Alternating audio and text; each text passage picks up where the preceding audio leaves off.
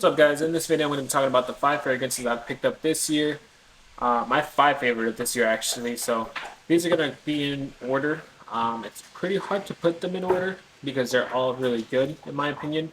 Um, but I put them in the order that I would have them in today.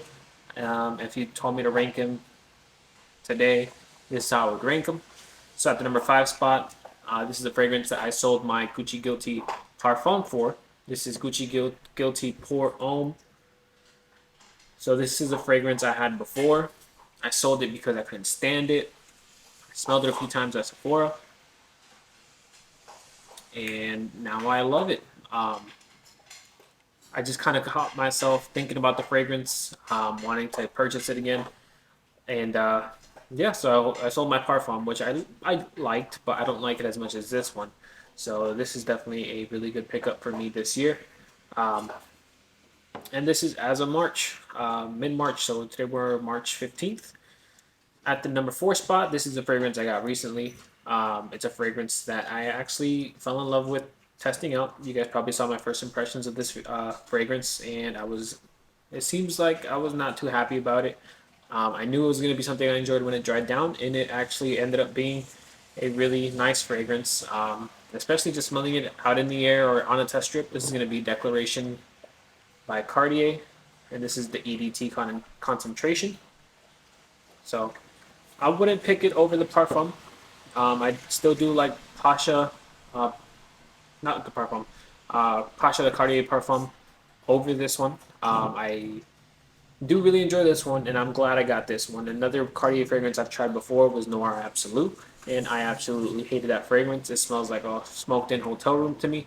Um, but this is a great second choice. I haven't tried any of the flankers either, so I'm pretty sure the flankers are pretty great, but I tend to stick with the original, so that's why I got the original for this fragrance. So, um, at the number 3 spot, this is actually going to be a clone fragrance. This is going to be a clone of Aventus Absolute or Absolute Aventus, whichever way it goes. This is going to be by Alexandria Fragrances, Brasilia Absolute. Let's get this closer. So, I love the Aventus DNA. Aventus was my first niche fragrance. Um, I at first I didn't really care about trying the Aventus Absolute fragrance. So the clones came out. I believe there's an Alexandria clone and there's a clone by um, I'm not too sure by who, but I know there's another clone out there. Um, but picked it up. Kind of just wanted to pick up a few Alexandria fragrances just because I haven't really had them before. Um, and this was a must-have. They just released it when I picked it up, so I actually was one of the first to try this. Um, I believe I got one of the first few batches actually. So really great fragrance. It makes me want to start wearing Aventus again. And it's, in my opinion, not redundant to Aventus. It's kind of like how Sauvage Elixir isn't redundant to Sauvage Parfum or EDT or any of the other concentrations by Sauvage.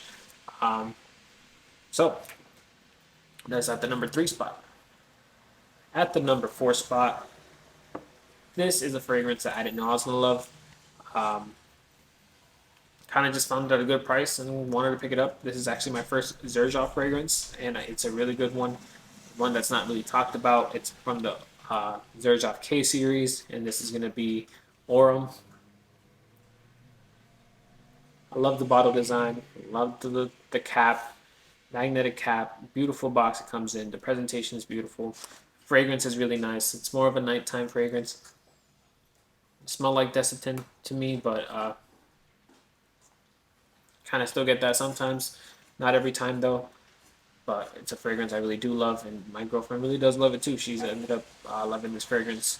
I'm not sure if it's in her top 5 of my collection. I should probably update that video with her, but that's where we're at right now. I know she really enjoys this one. I do wear it to bed a lot of the times. And at the number 1 spot, this is a fragrance I wanted to get my hands on for a while. I didn't smell it for a long time and then when I smelled it, it was kind of like pull the trigger. So this is a fragrance that is not as popular as one of the other fragrances by the brand. Um, as everyone knows, Angel Share. Angel Share is a great fragrance. I do believe my clone of Angel Share, which is, well, not my clone specifically, but the clone I do own, which is Amir Inspire Your Desire, is a really good clone of it. It doesn't have the opening, but it does have the overall smell of the fragrance, um, which probably will stop me from buying Angel Share in the future. But this one does not have too many clones, and I actually think it's a better fragrance um, than Angel Share. It's going to be Apple Brandy by Kilian. So it's not as sweet as Angel Share. Um, so I've tried. I actually do have a decant from Mio for Laura Verte. I think this is at the number one. Angel Share is at the number two, and Laura Verte is at number three. Especially for this line, I believe there is one more, which is Roses on Ice. I believe it is. I haven't tried that one, but so far this is my number one out of those, and it's my favorite pickup so far this year. So that's all I have for you guys today. Please let me know which are your favorite pickups for this year so far. It's only March. We'll see how many more fragrances come in this year. I can't wait to do one in the middle of the year, maybe 3/4 in the year, and at the end of the year. But please let me know, guys. Please leave a like and subscribe. I'll see you guys in the next one. Have a good one.